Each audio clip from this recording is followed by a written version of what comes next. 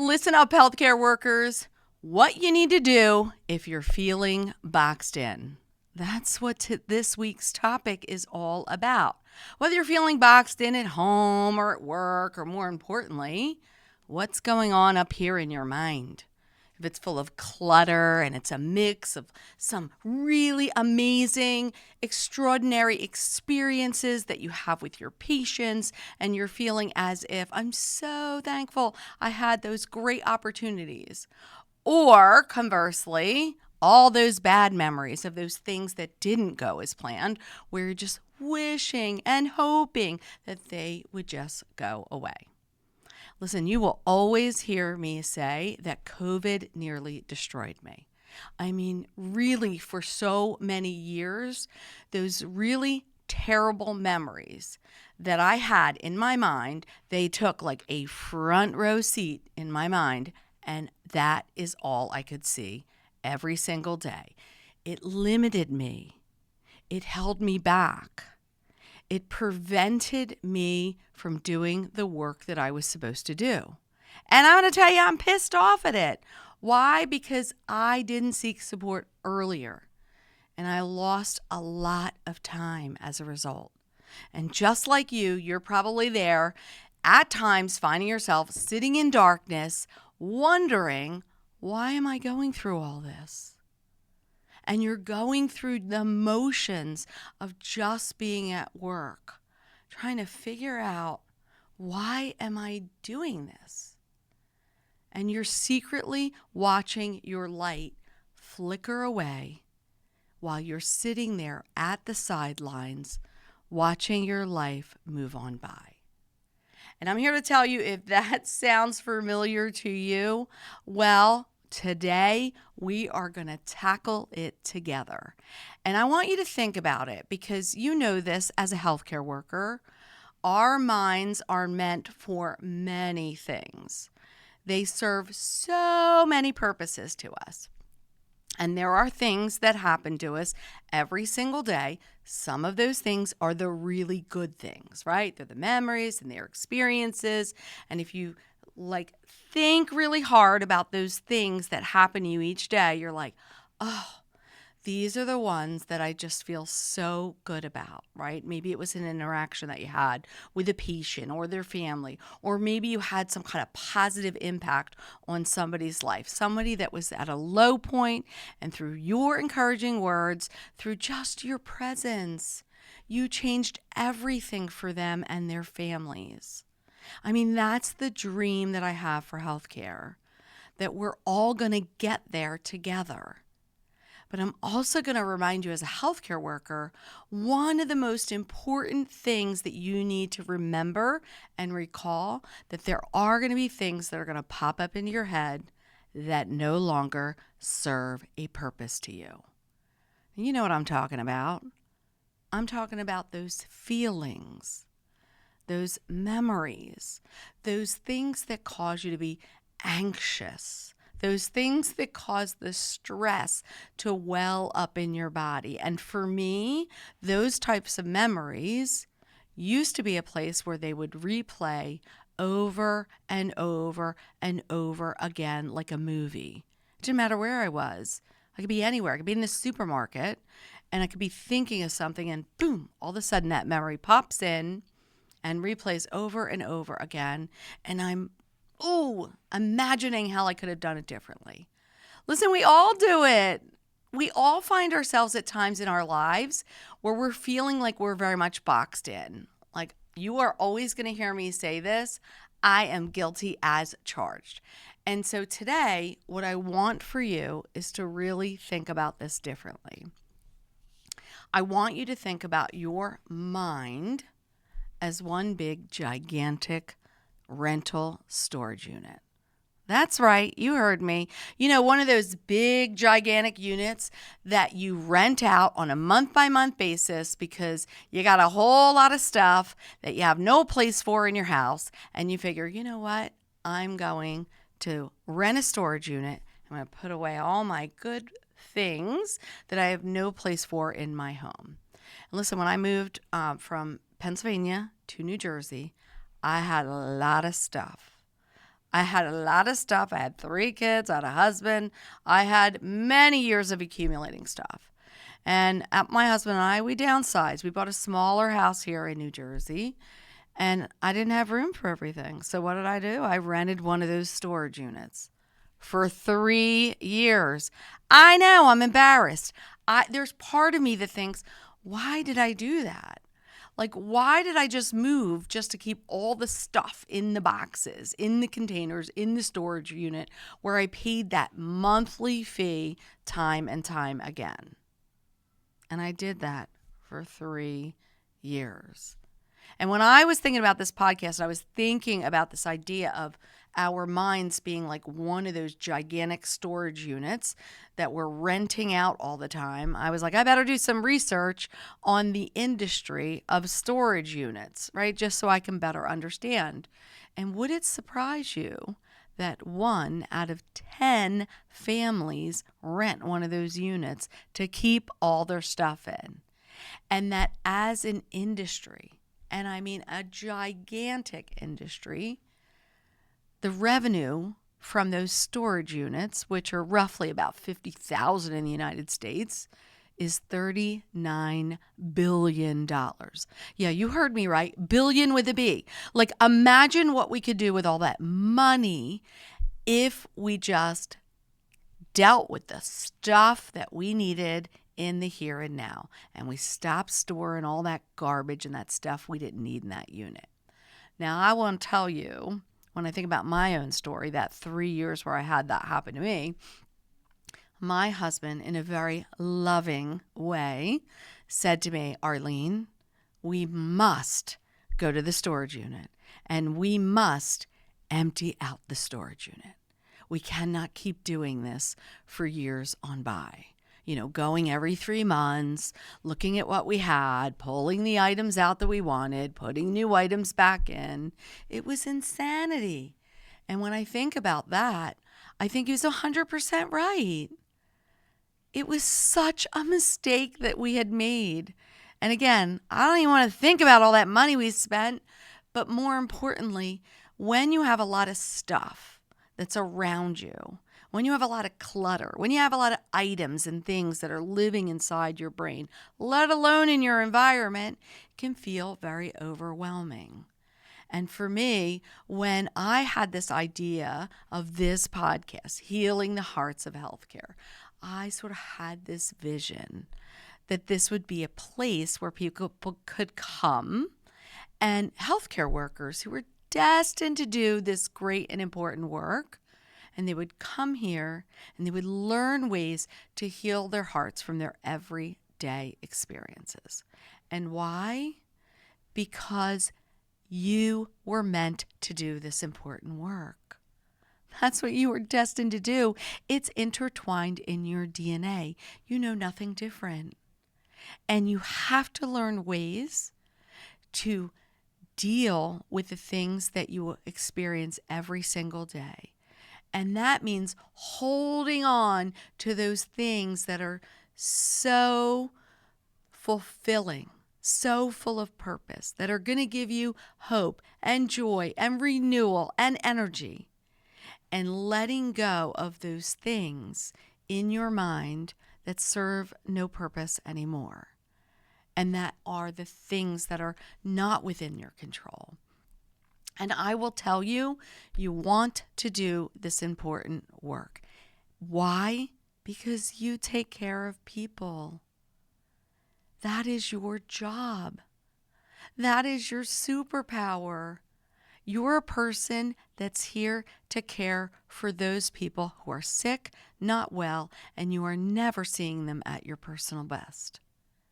And they, just by the way you're interacting with them, you are either going to take them to a place of healing where they're going to be so much better, or you're going to take them down that road of despair where they're going to second guess themselves and they're going to allow all those negative emotions to settle in. Now, I will tell you, when I was thinking about this podcast, I was thinking about that time during the pandemic when I felt like we were all locked in. I mean, I served during the pandemic as a per diem nurse while I was working as a consultant at home. So I understand what it was like not to be home, but I was also at home at times for sure. And we were all penned in, right? And people were doing lots of amazing stuff to get rid of all that clutter, to get things organized, to feel really good about their space. It makes me think about the time during the pandemic when so many of us were locked in to our homes, right? And I think about the story of my girlfriend Jen, who posted on Facebook that she felt like she was locked in and all that she had to do was to get herself organized. And at that time, Marie Kondo was so incredibly popular. And you know her, she's an organizational guru. I mean, my dream would be to spend a day with her, maybe a week with her, so she could help me get my life in complete order. But she has books, she has TV shows, she has a consulting business, and she really focuses on making sure that your space within where you live and reside is a space that invites people to really look inward and imagine, is this a place where I feel like I can perceive and see my ideal life? That I can feel like I'm living in a space where it brings me a feeling of joy and happiness.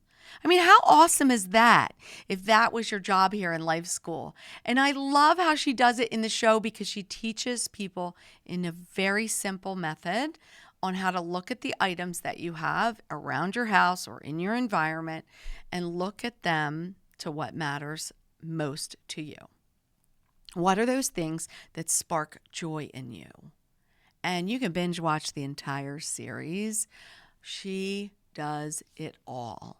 But I think about this story of my girlfriend Jen, who said, during the pandemic, I was Marie Kondoing everything and getting rid of everything. And then I was locked down. And then I was like wishing that I had all of those items, right? And I was like, oh, but I got rid of that.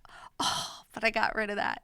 And I think about that a lot because I think about so much when I think about this feeling like when we feel like we're boxed in, right? The first thing I want you to think about is the day-to-day experiences that you have as a person, not just your environment and where you live and how you could declutter that using her techniques, but I want you to think more importantly about this mind that is so incredibly important. It drives your thoughts, it drives your memories, it consumes all these feelings that you hold on to. And I'm going to question you, what should you be holding on to? And if you're looking deep enough, I want you to look deep and deep and deep in your mind as if you had this gigantic mega storage unit where you were wasting all this time and money, and you were brave enough to search inward to say, wait a minute, is there anything that I'm holding on to that doesn't spark joy in me? And you are not alone if the answer is yes, yes, yes. I mean, you will always hear me educate on the importance of creating a life where you are living the life you were destined to do. And I've said this over and over again. You're a healthcare worker. You take care of people. That's your job.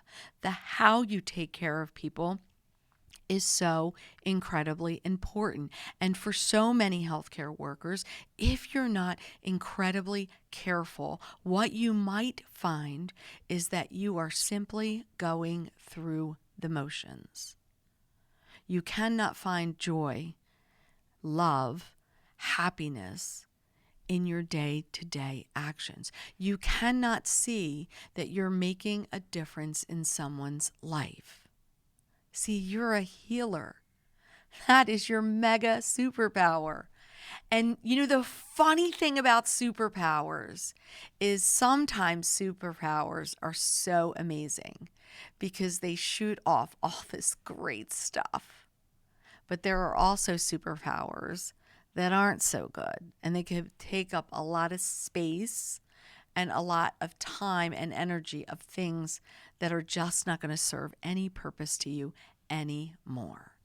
And when I think about my entire nursing career, there are moments in time that always circle through my mind.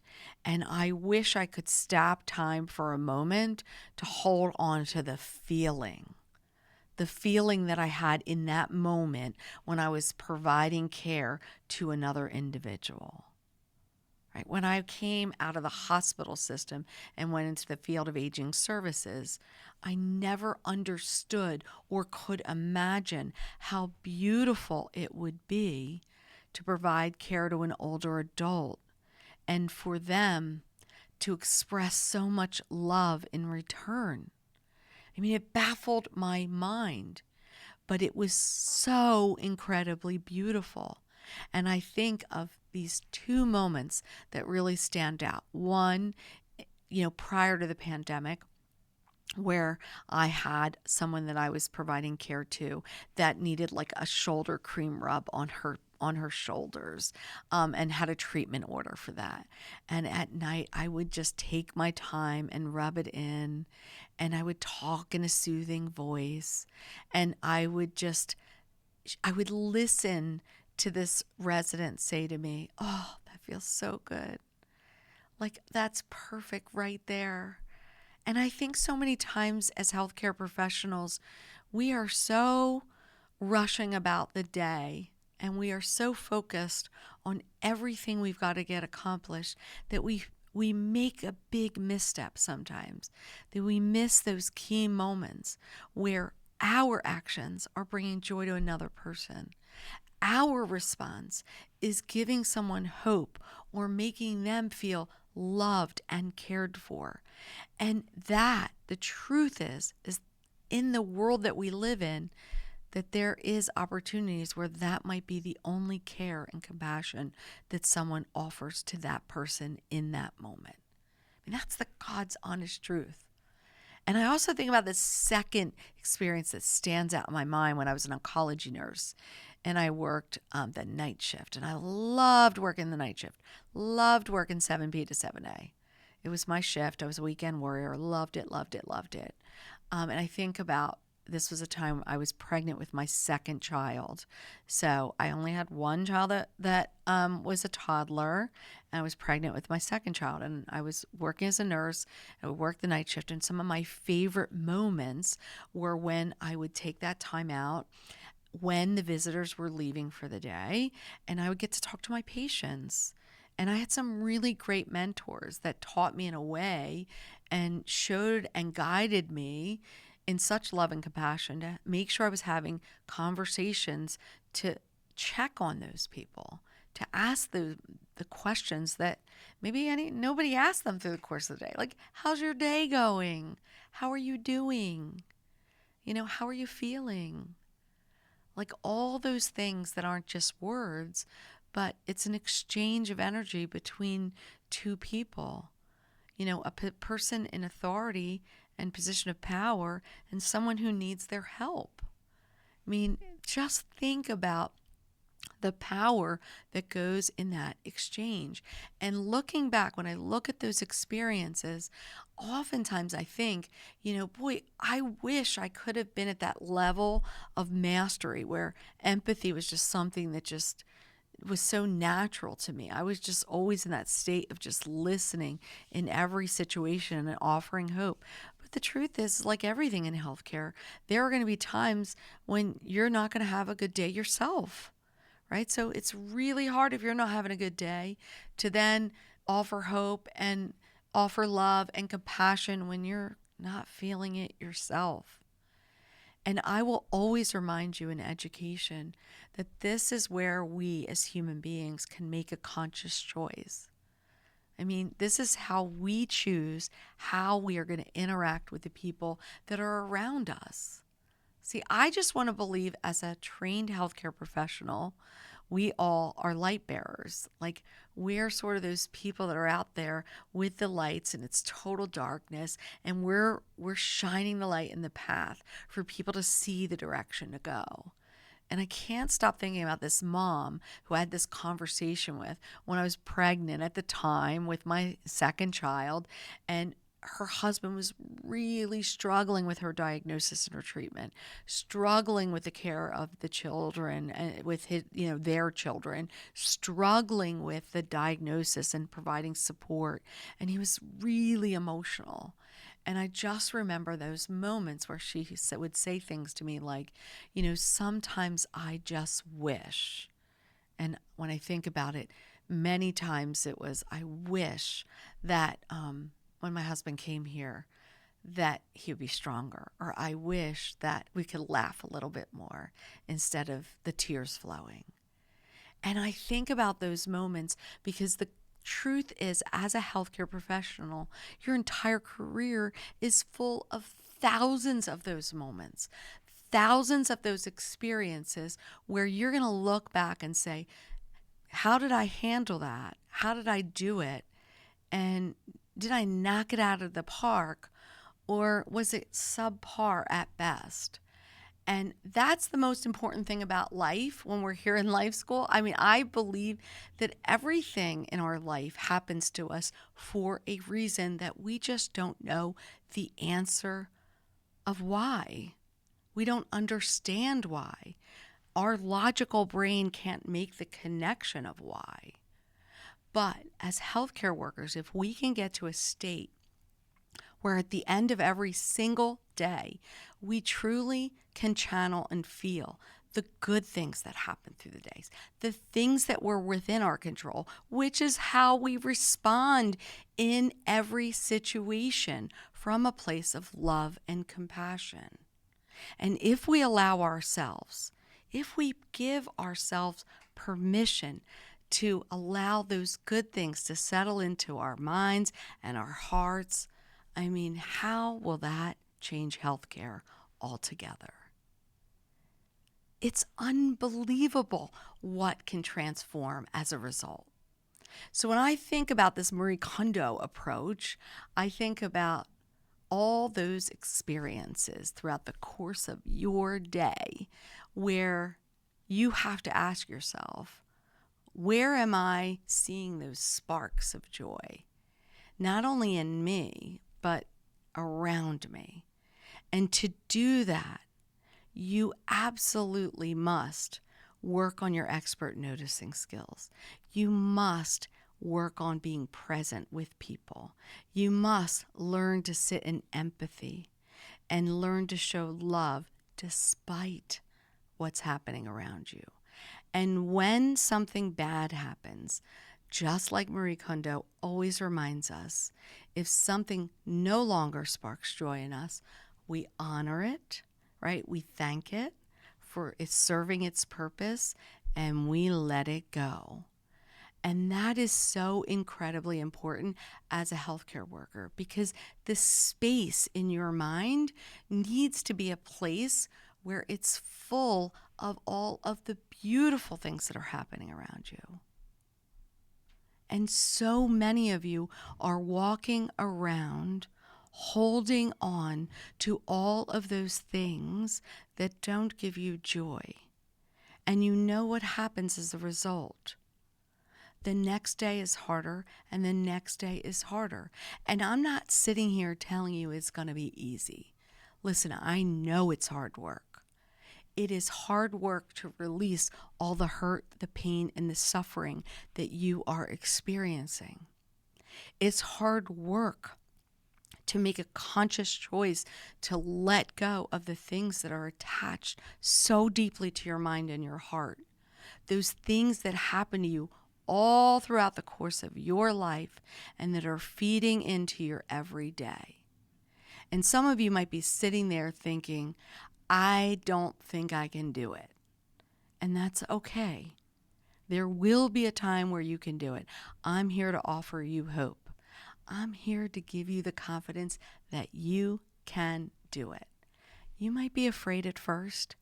Listen, you're not going to be alone. You might even be afraid to admit that you've got a bunch of those bad experiences that are settling in and have a front row seat in your mind, and that's how you're seeing the world through that lens. And for some of you, you might have extreme difficulty even imagining a place where you can release that out and let it go.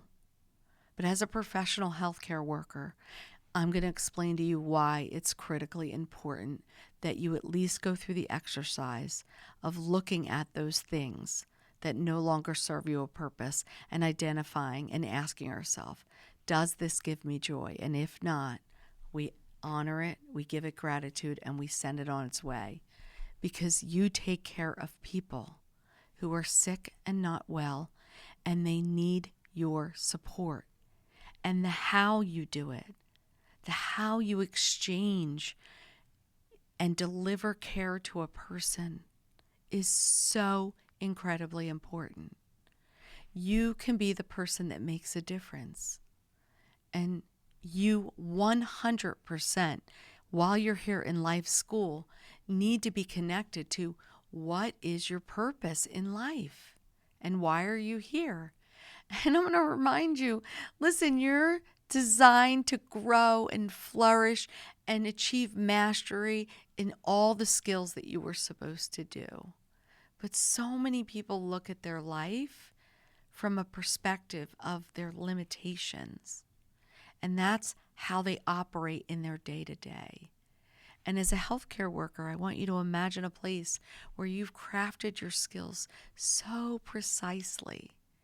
And you've done it in such a way that you can achieve mastery without even realizing it. And my hope for you today is that today, if you're sitting there in that space and you're saying, yeah, I'm a bit boxed in. I'm feeling the clutter. I'm feeling the anxiety come on. I'm feeling myself not like I'm feeling as if I'm going through the motions and I'm not enjoying the experience. Then it's up to you to go through the exercise. Listen, just know this. You can 100% clear those things away and move forward into the work you were destined to do.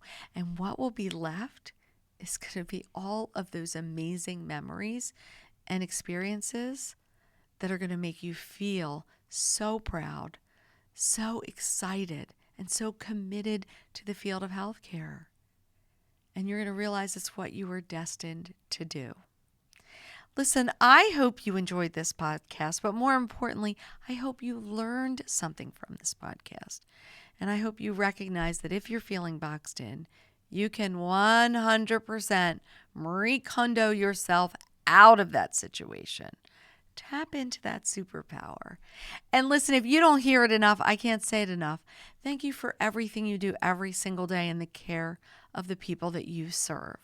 The work you do is extraordinary. And you should be so proud of your decision to stay in the workforce. Listen in on a future podcast. Goodbye, everyone.